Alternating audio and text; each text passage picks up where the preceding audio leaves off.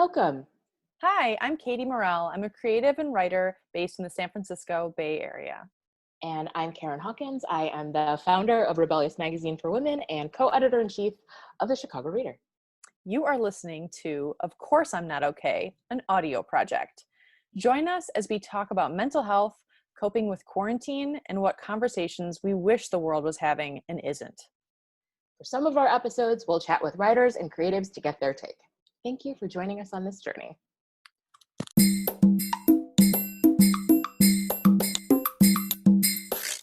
Hi, Karen. Hi, Katie. How are you? I am not okay. How are you? I'm not okay either. What the hell?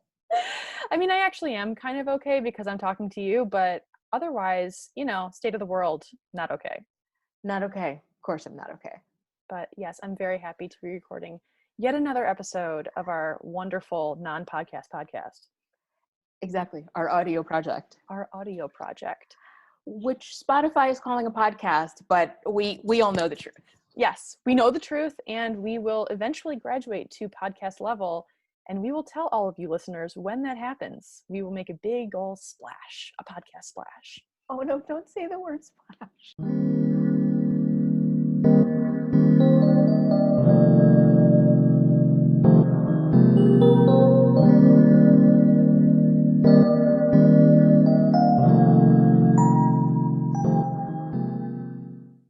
RIP, by the way, everyone, my cell phone, which I this week dropped in the Chicago River.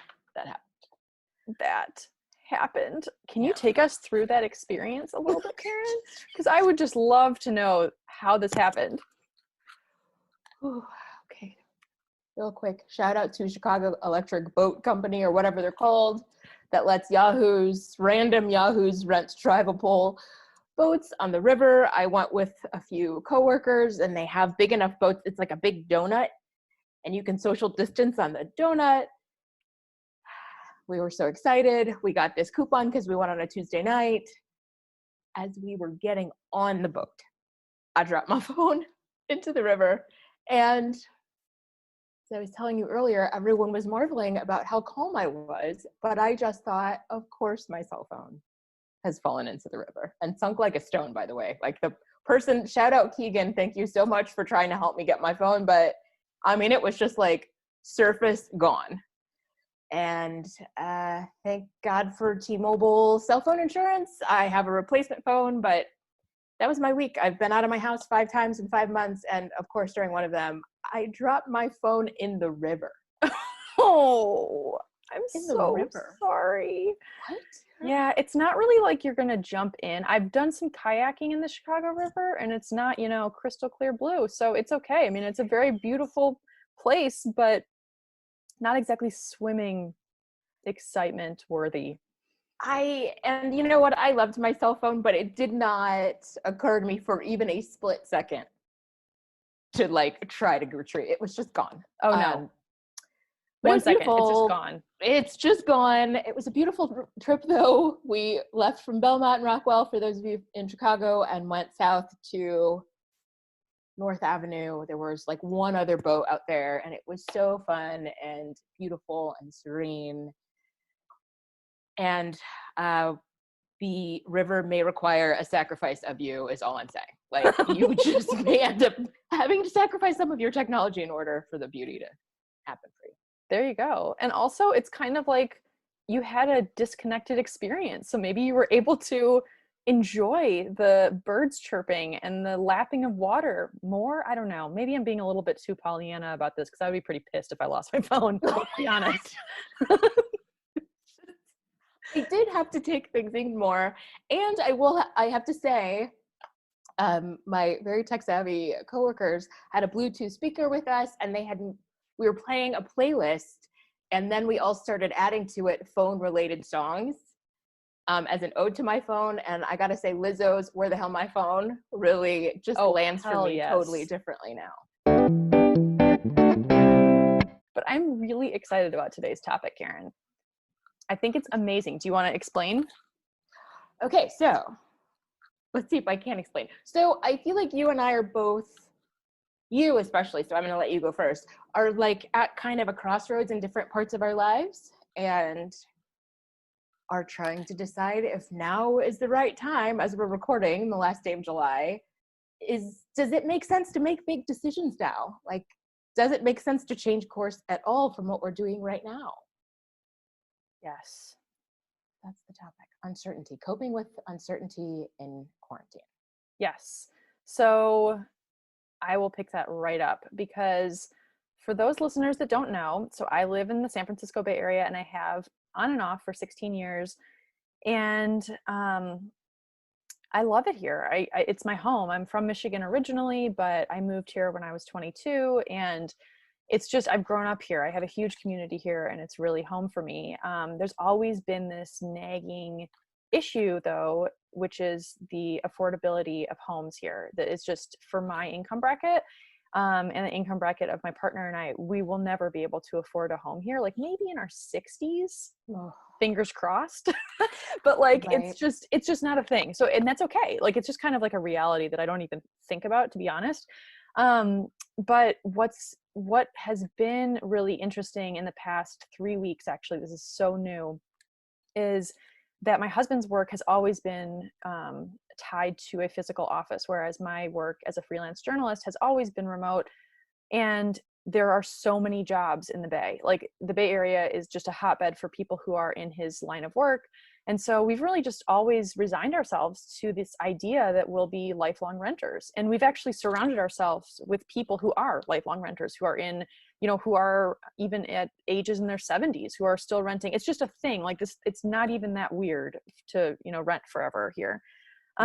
So with COVID, everything has changed. And I will say that, like, it's been really interesting because, yes, obviously everyone's been remote since March when all of this started, but it's been only in the past month that my partner's work has started to talk about running out leases of their physical spaces. And simultaneously, interestingly, publications such as the Wall Street Journal have been talking about, like, the number of commercial, office spaces that are going to be vacant in the next year. I mean, it's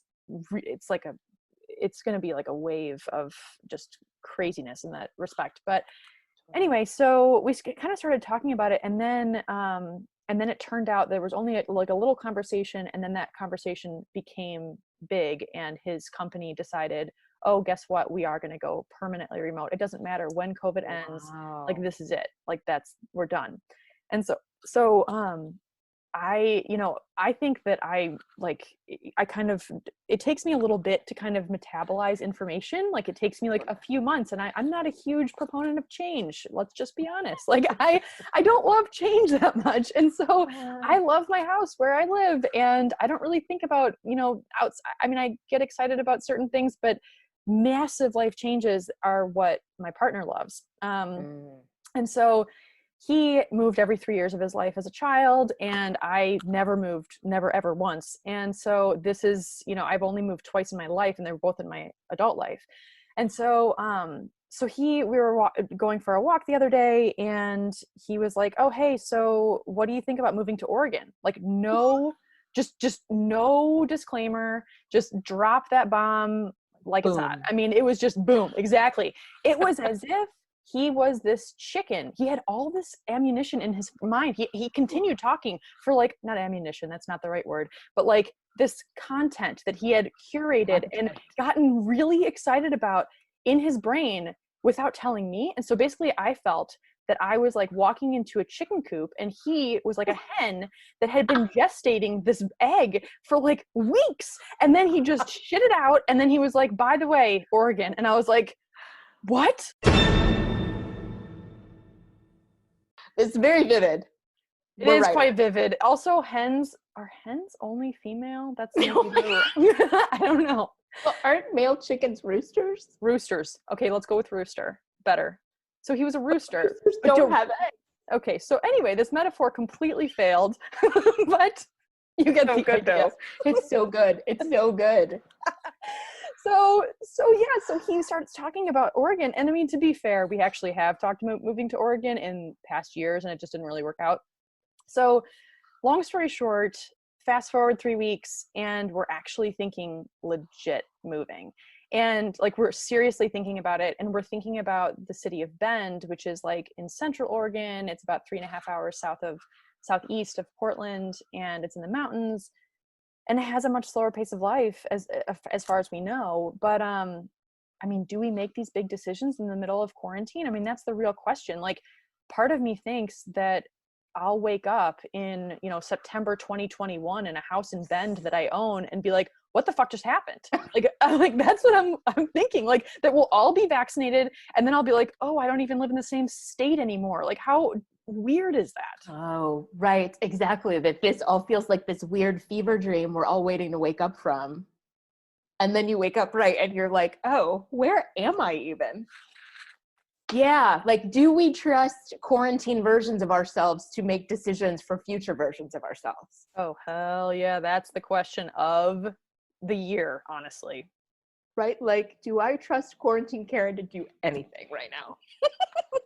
No, quarantine Karen dropped her fucking phone in the river. Like, I don't know. I trust her. Yeah, I mean, or will you wake up in 2021 and be like, thank you, Quarantine Katie, for bringing us to this beautiful place? Like, I don't know. I don't know either. And it's really weird because, like, I have this really beautiful community here in the Bay Area, and I'm not able, obviously, to see these people very often. And so in a way, it's actually easier to think about, like, oh, well, I'm not that sad to leave the Bay. Like, it's only 8 hour drive to Bend, like, even though that actually is a really long drive. But like, I mean, it's kind of, I think like, oh, no big deal. But the truth is if I was like having dinner parties and going out for drinks with people all the time, would I feel the same? I don't know. Yeah, I mean, it's kind of yeah, that's such an interesting way to look at it, because you don't have to do this long goodbye. Like, it's really painful. Change is really the anticipation of the change, I feel like, is what's rough for me. And I hate saying goodbye to people, but you kind of have already had that, like, you don't have to do it necessarily the same way. Like, yeah. What about you? Are there big, like, existential life questions that you're pondering right now, Karen? Or are you like, oh no, I'm not going to ponder that until 2026? oh my God, I'm so old. No, I mean, one of the reasons I thought of this topic for both of us is that, I live in downtown Chicago, not my favorite. I feel very fortunate to be here. Anybody listening who's like, oh, world's smallest violin, you live downtown. But, I like trees, I like neighborhoods, I grew up here, and I've been wanting to move. And I feel like I was finally in a place where, like, my partner and I, Samantha, were talking like more seriously about moving out of downtown. And now it's just like, okay, well, for us, at least, that would mean additional expense. I know that sounds crazy, but it would be additional expense. Like, is now the time that you make a change that costs more money, for instance? Like, I just don't, I don't like being in holding patterns. I don't like feeling stuck. Like, I feel like Sam and I are the opposite of you guys, because I'm the one who's like almost constantly changing something about my life. And Sam's the one who's just like, nope, I'm not changing shit. So yeah, I feel like I definitely feel very restless. And I'm also questioning, like, does it make sense to change anything? Totally. It's so confusing also, because I think there's this feeling of control that all of us feel like we don't have right now. And that's one part of the idea of change that is attractive to me, because it's like, okay, I can't control a lot of things in life right now. I'm really scared about, virus contraction. I'm scared about what's happening with the election. I'm scared about, like, God, whatever's in the news at the moment. But it's like, oh, well, what if I could control this one pocket of life where it's like, what am I doing with my life? I could control that. Would that satiate this idea that we have no control? I don't know. I don't know. I don't know. It is such an interesting, like, yeah, your home surroundings are one thing that you can definitely control right now. Exactly. But then there's a lot of questions around, like, I mean, if you think about buying a home, if you and Sam wanted to buy, outside of downtown Chicago, like, and I think about the same thing with Oregon. I mean, are we gonna, is it better to buy in 6 months? What's going to happen to the economy? Right. All of these things. It's like So many questions.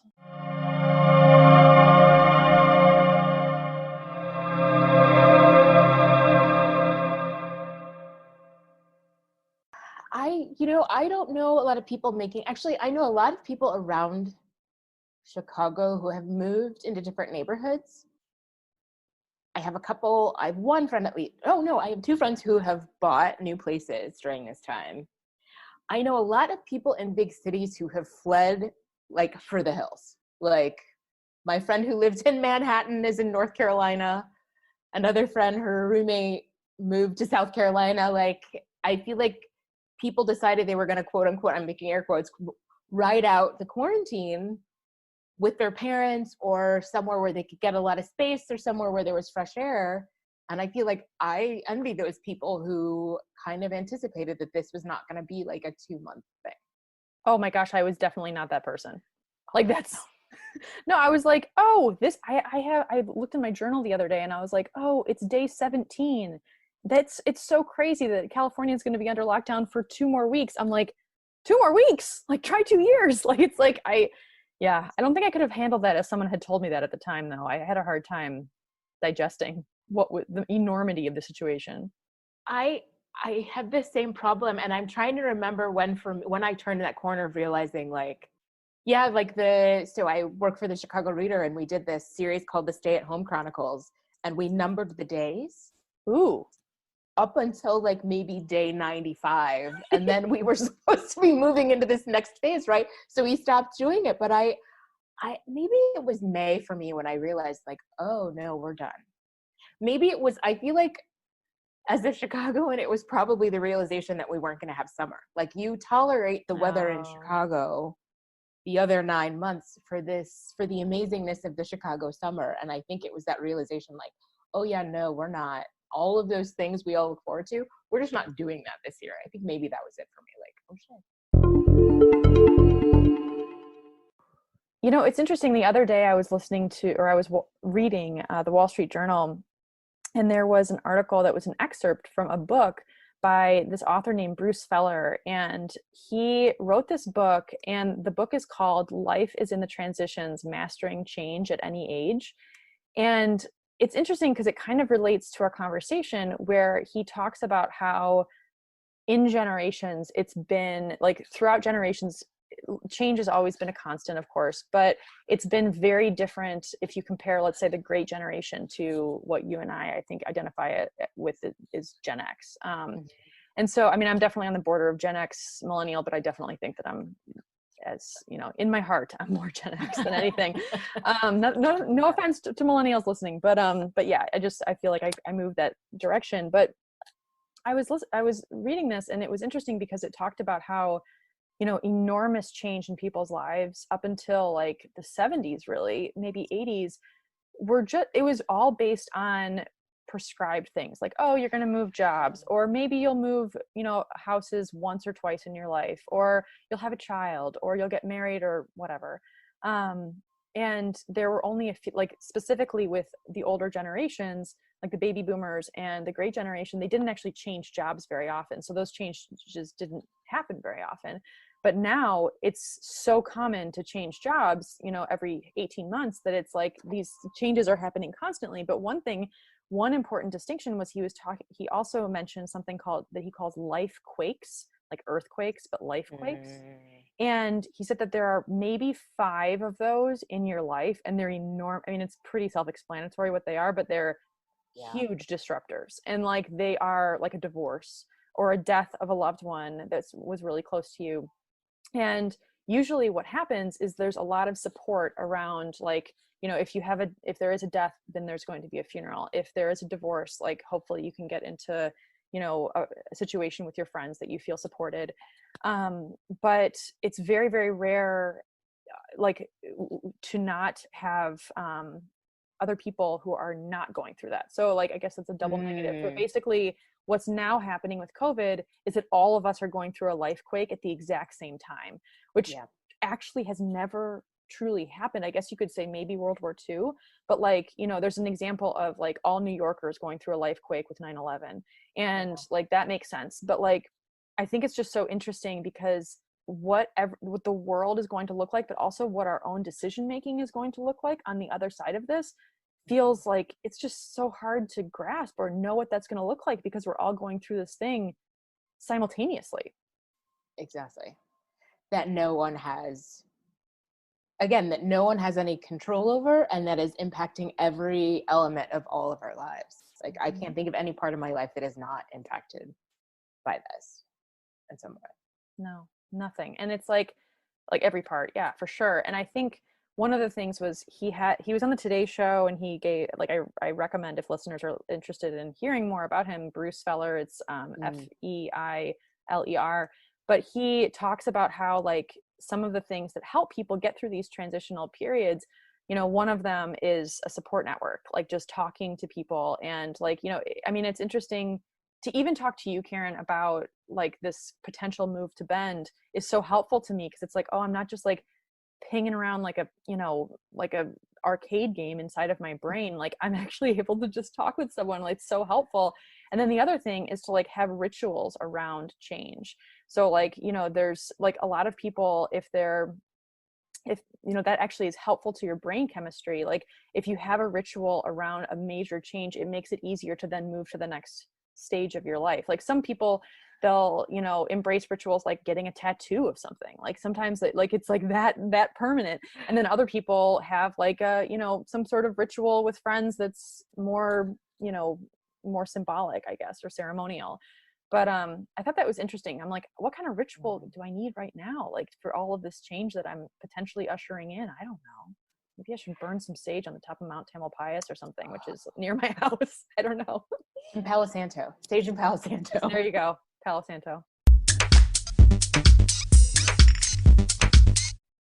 It makes me think of like big changes in my life, even ones I was really excited about. I didn't figure out until way too far into therapy, my years of therapy, how important it is to grieve the past, or to grieve just the changing. Like, something is ending, something is closing, something is, you know, even if no one died, you are moving on to this next thing. And it's important to grieve that last thing, even if you kind of hated the last thing. Like, even leaving a job that's really shitty, there are parts of it that were good, or you grieve the possibilities that didn't happen, or the people you're leaving. Like, and I feel like I didn't figure that out until later, how important that is to like leave space for that, even if it is this very exciting thing, that it's like, yeah, there is a loss there, the loss of who you were before, what your life was like before.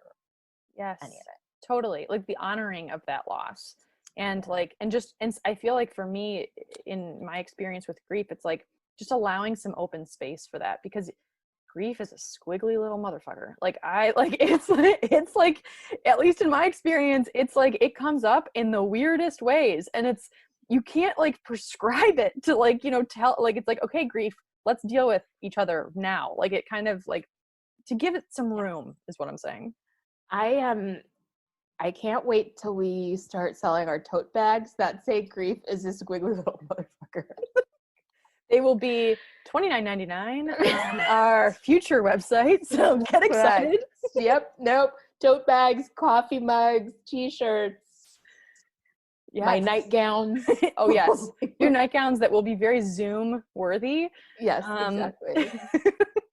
Yeah, no, and I feel like you can always tell people in your life who have never had a major loss, or never really done a deep dive of grief, who are just like, who think it's just this like thing that you like, oh, you dropped your ice cream and you're gonna cry about it and move on. Like, no, the ice cream's gonna haunt you for the rest of your life. Like, yeah, exactly. I highly recommend therapy for anyone who's going through grief. I know that's helped me tremendously.